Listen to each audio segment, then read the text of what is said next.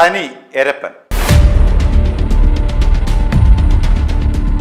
വിദ്യാഭ്യാസമുള്ള ഒരാൾക്ക് വിവേകം ഉണ്ടാകണമെന്നില്ല, വിവേകം ഉള്ള ഒരാൾക്ക് വിദ്യാഭ്യാസവും ഉണ്ടാകണമെന്നില്ല. ഇതാണ് പൊതുതത്വം.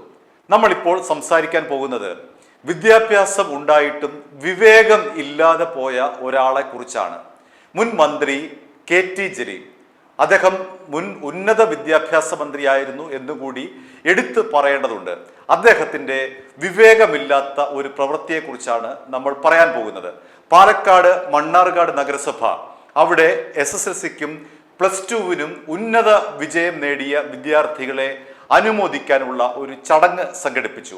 നഗരസഭയിലെ 19, 20, 22 എന്നീ വാർഡുകളിലെ കുട്ടികളെ അനുമോദിക്കാനുള്ള വലിയ വിശാലമായിട്ടുള്ള ഒരു സദസ്സാണ് വിളിച്ചു ചേർത്തത്. ആ സദസ്സ് ഉദ്ഘാടനം ചെയ്തത് മുൻ ഉന്നത വിദ്യാഭ്യാസ മന്ത്രി KT ജലീലാണ്. KT ജലീലിന്റെ ഒരു വിവേകമില്ലായ്മയെ കുറിച്ചാണ് നമ്മൾ പറയാൻ പോകുന്നത്. അദ്ദേഹം ഇന്ന് കുട്ടികളെ പരസ്യമായി അപമാനിക്കുകയാണ് ചെയ്തത്. നമുക്കറിയാമല്ലോ, ഒരു കുട്ടികളെ പരസ്യമായി അപമാനിച്ചാൽ ആ കുട്ടി കേൾക്കുന്ന ട്രോമ, ആ കുട്ടിക്ക് മനസ്സിൽ ഉണ്ടാകുന്ന മുറിവ് എത്രത്തോളം വലുതാകുമെന്ന് എന്തുകൊണ്ടാണ് KT ജലീൽ തിരിച്ചറിയപ്പെടാതെ പോയത്?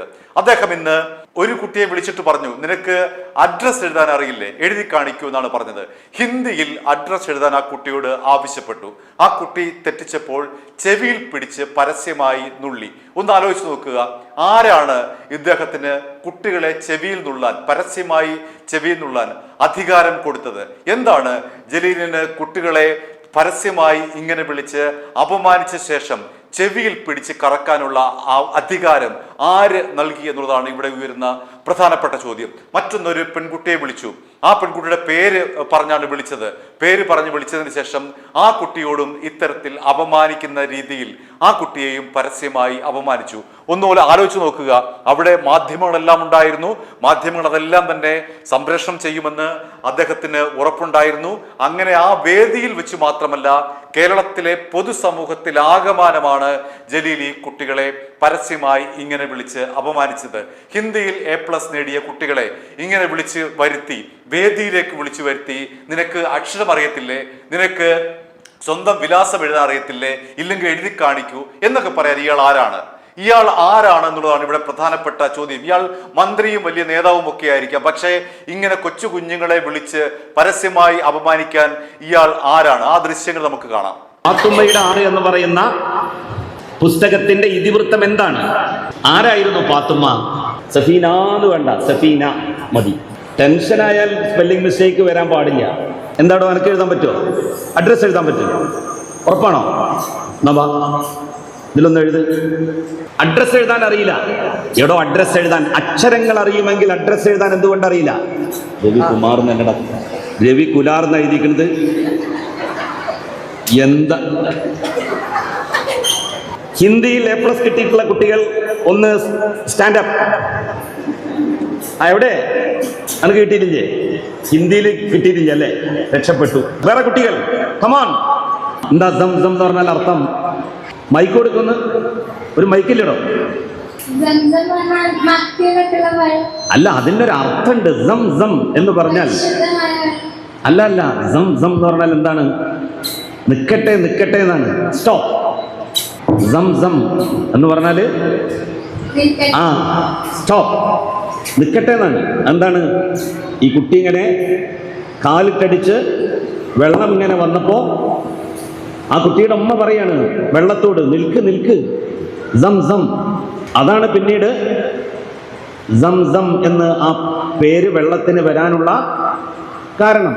ഇയാൾ പലതും കുട്ടികളോട് ചോദിക്കുന്നുണ്ട്. താൻ വലിയ പണ്ഡിതനാണെന്ന നിലയിൽ സംസം എന്ന് പറയുന്നതിന്റെ വാക്കിന്റെ അർത്ഥം എന്താണ് ഇയാൾ കുട്ടികളോട് ചോദിക്കുന്നു. പാത്തുമ്മയുടെ ആട് എഴുതിയത് ആരാണെന്ന് ചോദിക്കുന്നു. തുടങ്ങിയിട്ടുള്ള നിരവധി ചോദ്യങ്ങൾ ഇയാൾ കുട്ടികളോട് ചോദിക്കുന്നു. മറുപടി ഇല്ലാത്തപ്പോൾ വിളിച്ചു വരുത്തി ഇത്തരത്തിൽ അപമാനിക്കുക. ഇയാൾ ആരാണ്? പണ്ടൊക്കെ മന്ത്രിയായിരിക്കും. പണ്ട് നമ്മളൊരു ചൊല്ലുണ്ടല്ലോ, അപ്പൂപ്പൻ ഈ ആനപ്പുറത്ത് കയറി എന്ന് പറഞ്ഞിട്ട് കൊച്ചുമകന്റെ ചന്തിയിൽ തഴമ്പുണ്ടാകില്ല എന്ന് പറയുന്നത് പോലെ പണ്ടെങ്കോ മന്ത്രിയാതിന്റെ പേരിൽ ആ തഴമ്പ് ഇപ്പോഴും ജലീലിനുണ്ടെന്നാണ് അയാൾ കരുതുന്നത്. അയാൾക്ക് യാതൊരു അധികാരവുമില്ല. അയാൾ പണ്ട് ജനാധിപത്യത്തിന്റെ സമ്പ്രദായം അനുസരിച്ച് അയാൾ തെരഞ്ഞെടുക്കപ്പെട്ട ഒരു പ്രതിനിധിയായിരുന്നു. അയാൾ ഉന്നത വിദ്യാഭ്യാസ വകുപ്പ് കൈകാര്യം ചെയ്ത ആളാണ് എന്ന് കരുതി എന്തുമാകാം, നമ്മുടെ കുഞ്ഞുങ്ങളെ പിടിച്ച് അപമാനിക്കാം. ആ കുട്ടികളുടെ മനസ്സിലേറ്റ മുറിവ് എത്രമാത്രം ആഴത്തിലുള്ളതാണ്. അത് എന്തുകൊണ്ടാണ് ഈ വിദ്യാഭ്യാസം ഉണ്ടായിട്ടും വിവേകമില്ലാതെ പോയ ഈ KT ജലീലിന് മനസ്സിലാക്കാൻ കഴിയാതെ പോയത്? ഇദ്ദേഹത്തിനെതിരെ ബാലാവകാശ നിയമപ്രകാരം കേസെടുക്കേണ്ടതല്ലേ? അങ്ങനെ ആവശ്യം ഉയർന്നു കഴിഞ്ഞു. പാലക്കാട്ടെ MSF അത്തരം ഒരു ആവശ്യമാണ് ഉന്നയിച്ചിരിക്കുന്നത്. ഈ കുട്ടികളെ ഇത്തരത്തിൽ പരസ്യമായി മീഡിയയുടെ മുൻപിൽ വെച്ച്, അത്രയും വലിയ ഒരു സദസ്സിന് മുന്നിൽ വെച്ച് വിളിച്ചു വരുത്തി സ്റ്റേജിൽ കയറ്റി അപമാനിച്ച ഈ KT ജലീലിനെതിരെ ബാലാവകാശ കമ്മീഷൻ സ്വമേധയാ കേസെടുക്കണമെന്നാണ് ഇപ്പോൾ MSFന്റെ പാലക്കാട് ജില്ലാ കമ്മിറ്റി ആവശ്യപ്പെട്ടിരിക്കുന്നത്. അത് ന്യായമായ അവകാശമല്ലേ? ഈ കുഞ്ഞുങ്ങളെ എന്തിനാണ് ഇയാൾ ഇങ്ങനെ വിളിച്ച് പരസ്യമായി അവമാനിക്കുന്നത്? ഒരു കൊച്ചു കുഞ്ഞിന്റെ മനസ്സിലുണ്ടാകുന്ന മുറിവ് അയാൾ വളർന്ന് വലുതാകുമ്പോൾ വരെ ആ മുറിവുണ്ടായിരിക്കും. ഇവിടുത്തെ മുഴുവൻ മാധ്യമങ്ങളും കവർ ചെയ്ത ഒരു പ്രോഗ്രാമാണ്. അതുകൊണ്ട് കേരളമാകെ ആ ദൃശ്യം വ്യാപിക്കില്ലേ?